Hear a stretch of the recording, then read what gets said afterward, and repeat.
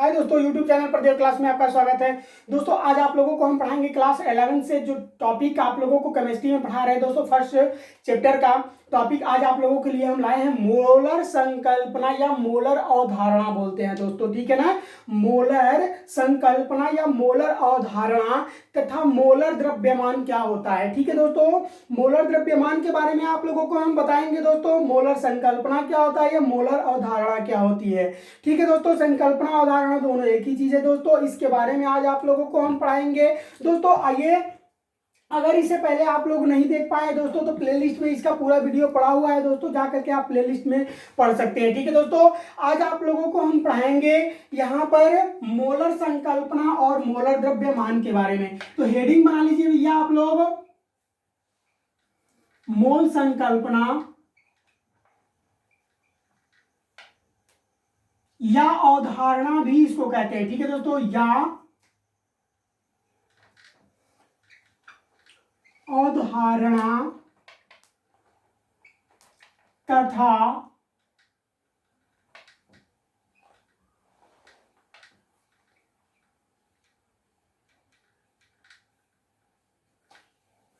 Molar द्रव्यमान, ठीक है दोस्तों। यहां पर मोल संकल्पना या अवधारणा तथा मोलर द्रव्यमान। तो दोस्तों अभी हम लोग केवल बात करेंगे मोल संकल्पना या अवधारणा के बारे में। उसके बाद आप लोगों को हम बताएंगे दोस्तों मोलर द्रव्यमान क्या होता है। क्या बताएंगे दोस्तों, मोलर द्रव्यमान क्या होता है। पहले आप लोग देखिए मोल संकल्पना। मोल संकल्पना किसे कहते हैं दोस्तों, तो हेडिंग बना लीजिए आप लोग, मोल संकल्पना।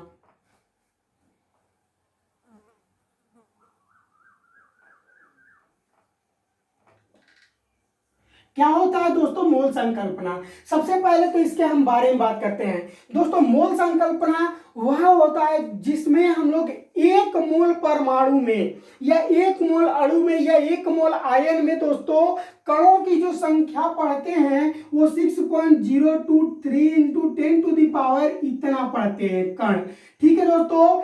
एक मोल में उपस्थित जो कणों की संख्या होती है वो कितनी होती है दोस्तों, इतनी होती है। ये अवोगाद्रो नंबर द्वारा हम लोग पता कर चुके हैं, ठीक है दोस्तों। अवोगाद्रो नंबर द्वारा इसे हम पता कर चुके हैं, ठीक है। आइए अब इसके डेफिनेशन के बारे में हम लोग जान लेते हैं दोस्तों। उसके बाद आपको हम बताएंगे अणु परमाणु आयन में कितने क्या होते हैं, इनकी संख्याएं होती हैं, ठीक है दोस्तों। किसी भी तत्व के बारे में बात कर लेते हैं दोस्तों, उसमें जो कण होते हैं वो कितनी होती है उसके बारे में आपको हम बताएंगे। पहले इसका डेफिनेशन हम नोट कर लेते हैं, ठीक है दोस्तों।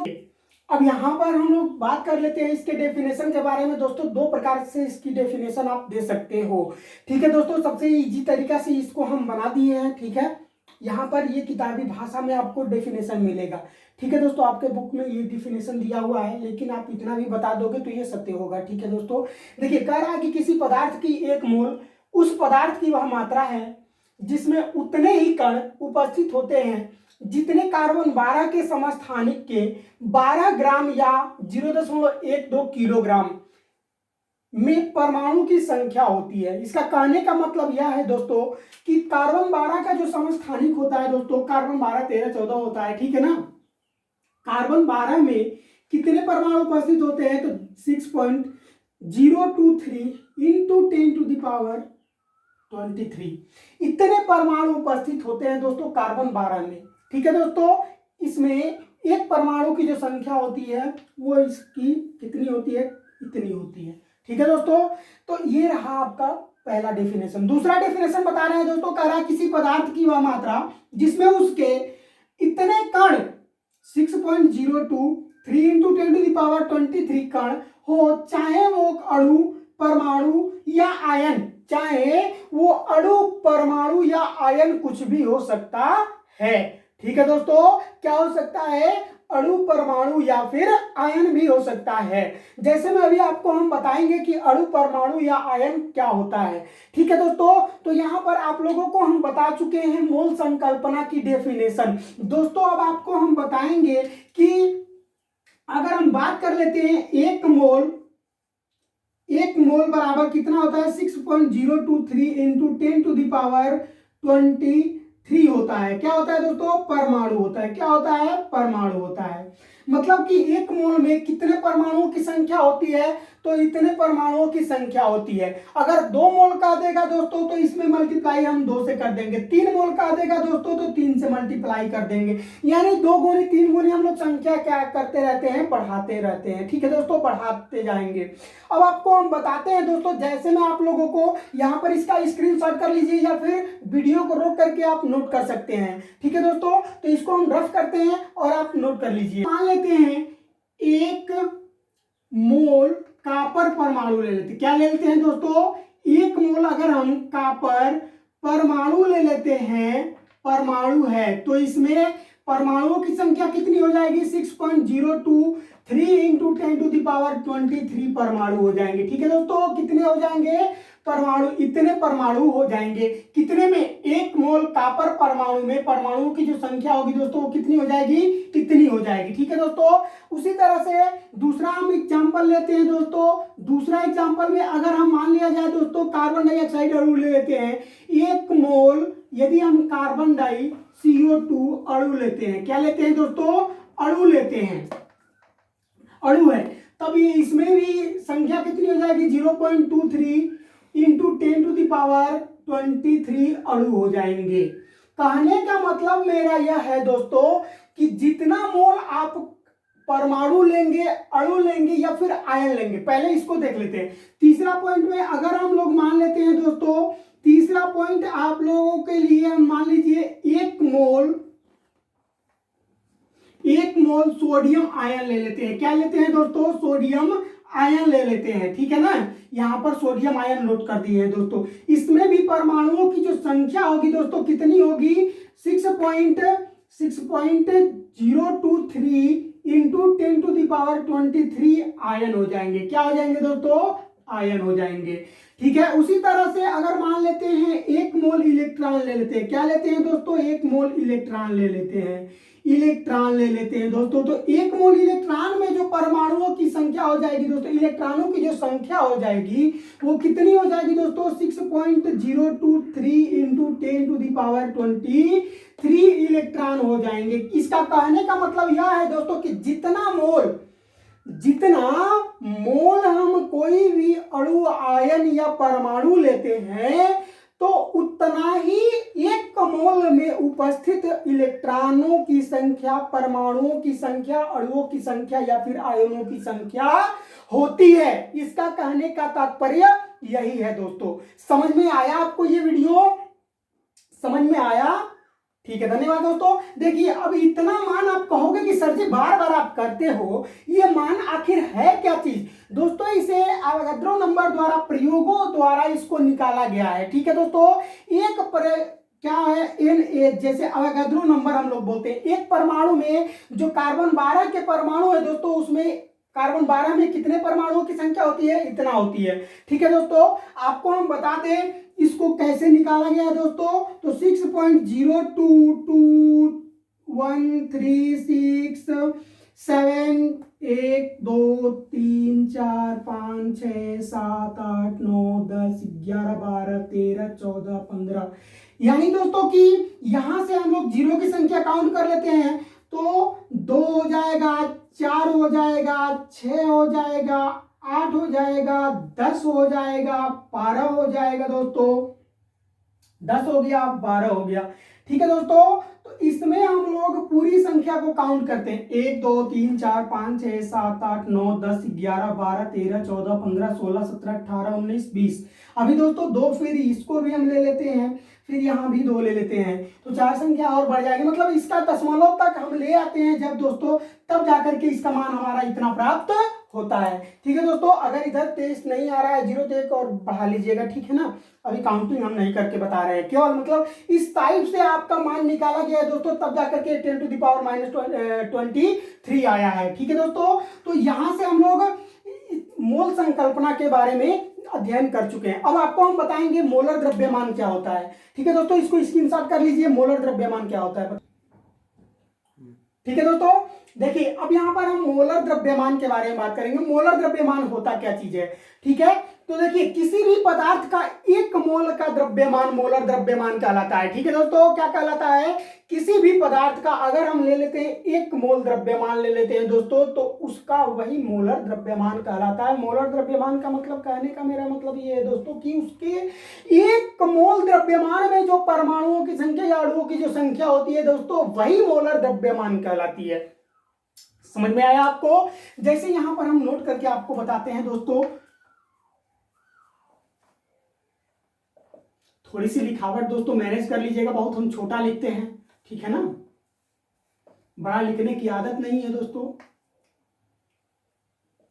किसी भी पदार्थ की एक मोल का, पदार्थ के लिख लीजिएगा, पदार्थ के एक मोल का द्रव्यमान, थोड़ा सा अच्छा लगेगा, एक मोल का द्रव्यमान ही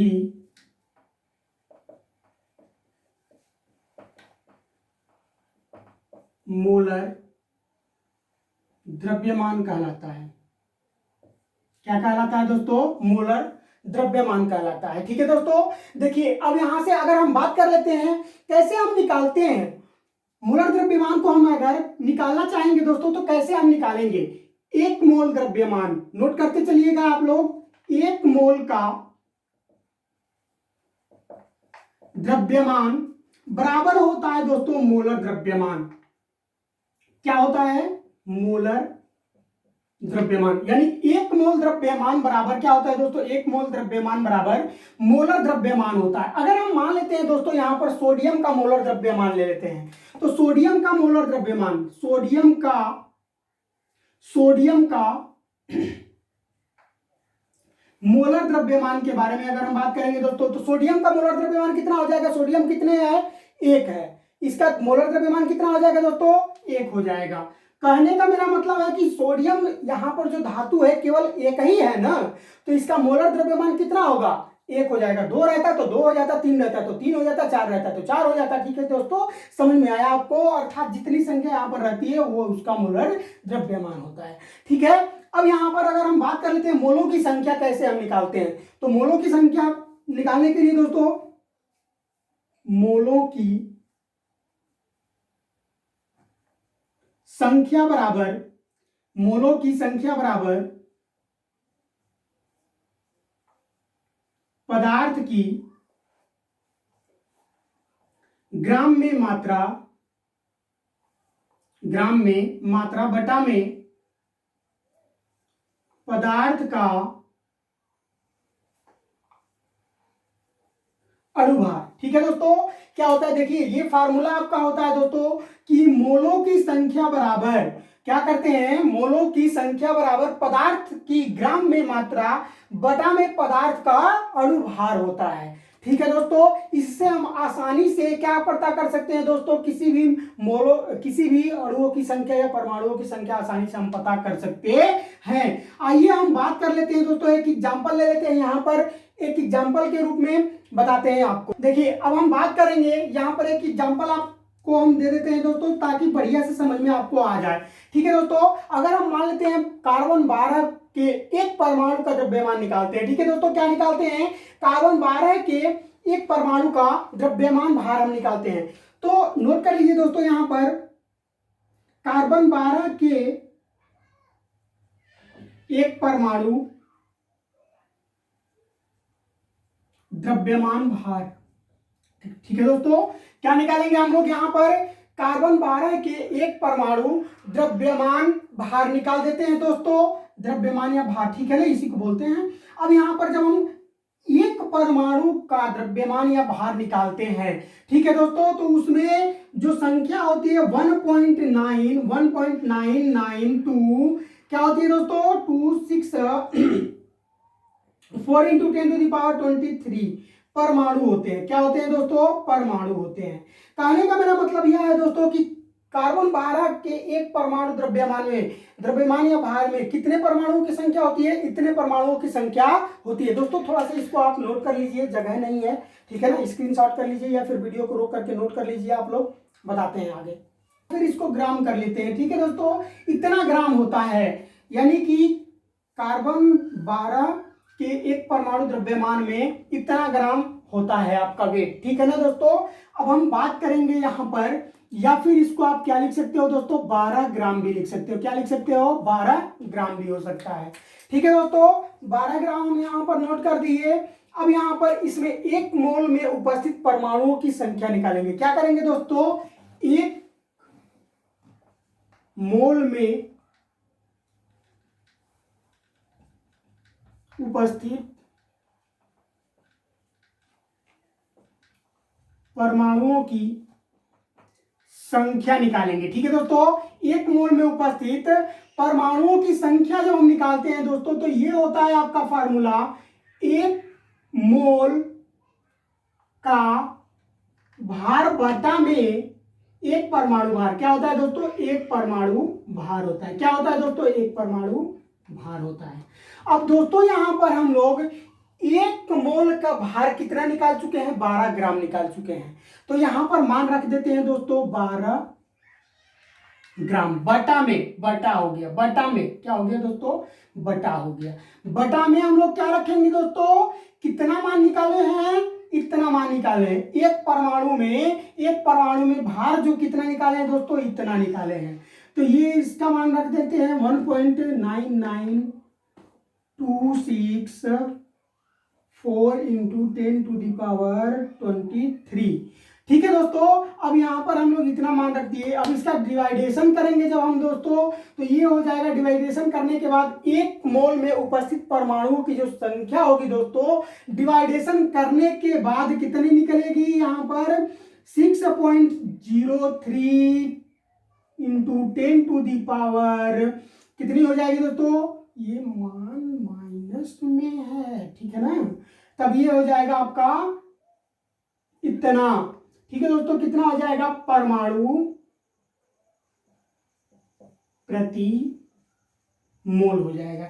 ठीक है दोस्तों, तो ये कितना में है, 1 मोल में परमाणुओं की संख्या है। यहां पर न समझ में आए दोस्तों तो आप नोट कर सकते हैं, 1 मोल में उपस्थित परमाणुओं की जो संख्या है वो कितनी हो जाएगी दोस्तों, 6.03 इंटू 10⁻23 हो जाएगी। ठीक है दोस्तों, तो ये आप आसानी से यहाँ पर मोलर द्रव्यमान की गणना कर चुके हैं दोस्तों। अब आपको हम बताएंगे, इसी में आता है तीसरा पॉइंट, आयतन पर आधारित कुछ बातें आती है। तो ठीक है दोस्तों, आयतन पर आधारित कुछ परिभाषाएं आती है या बातें आती है, तो उसको भी हम देखेंगे इसी वीडियो के अंतर्गत। आप इसको नोट कर लीजिए दोस्तों या स्क्रीनशॉट कर लीजिए। देखिए, अगर आयतन पर आधारित परिभाषा आपको देना होगा तो आप क्या दोगे, किसी गैसीय पदार्थ जैसे नाइट्रोजन, हाइड्रोजन, ऑक्सीजन भी हो सकता है दोस्तों, नाइट्रोजन, हाइड्रोजन, ऑक्सीजन आदि में के 1 मोल में उपस्थित आयतन 22.4 लीटर होता है। ठीक है दोस्तों, अगर 1 मोल हम कोई भी गैस ले लेते हैं तो उसमें 22.4 लीटर आयतन उसका होता है। ठीक है दोस्तों, तो मोलों की संख्या बराबर हम लोग निकालते हैं गैस का लीटर में आयतन बटा में 22.4 लीटर। ठीक है दोस्तों, एक परमाणु में कितना होता है, 22.4 लीटर आयतन होता है। ठीक है, अब यहाँ पर जैसे मैं आपको हम बता देते हैं दोस्तों, एग्जाम्पल यहाँ पर हम दे चुके हैं, बस आपका इतना ही है, जो भी है आपका इतना ही है दोस्तों। ठीक है ना, अब यहां पर आपको हम बता देते हैं दोस्तों एग्जाम्पल के रूप में। ठीक है, कह रहा है कि 44.8 लीटर नाइट्रोजन गैस में मोलों की संख्या की गणना कीजिए। क्या कह रहा है दोस्तों, नाइट्रोजन गैस में मोलों की संख्या की गणना कीजिए। ठीक है दोस्तों, तो यहां पर हम लोग निकाल देंगे मोलों की संख्या बराबर नाइट्रोजन गैस का लीटर में आयतन। यहाँ फार्मूला आपका क्या है, गैस का लीटर में आयतन है, तो यहाँ पर हम लोग क्या लिए है दोस्तों, नाइट्रोजन गैस लिए, तो नाइट्रोजन गैस का लीटर में आयतन हो जाएगा बटा में 22.4 लीटर है, तो 1 मोल गैस का आयतन कितना होता है दोस्तों, 22.4 लीटर होता है। ठीक है, इतना हम रख दिए। अब यहाँ पर नाइट्रोजन गैस कितना दिया हुआ है, 44.8 दिया हुआ है, तो 44.8 लीटर बटा में क्या हो जाएगा दोस्तों, एक परमाणु में आयतन कितना होता है, 22.4 लीटर होता है। तो इसका हम 44/22 कर देंगे दोस्तों, कट जाएगा, 2 मोल आपका उपस्थित हो जाएगा। क्या हो जाएगा दोस्तों, इसमें 44.8 लीटर में नाइट्रोजन के 2 मोल अणु उपस्थित होंगे। इसका कहने का मतलब यह है दोस्तों, यहाँ पर कोई भी आप गैस रख सकते हो और इस फार्मूला पर उसका आयतन लीटर में निकाल सकते हो। ठीक है दोस्तों, यहाँ पर नोट में आपको दे दिया है कि 44.8 लीटर में कितना होंगे, 2 मोल आपके गैस के अणु पाए जाएंगे।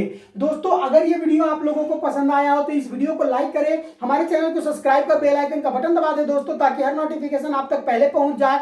और दोस्तों इस वीडियो को अधिक से अधिक शेयर कीजिए दोस्तों, ताकि दूसरे भी बच्चे आपकी तरह पढ़ सके। ठीक है दोस्तों, जो समझ में नहीं आ रहा है आप हमारे कमेंट बॉक्स में कमेंट करके पूछ सकते हैं। धन्यवाद दोस्तों।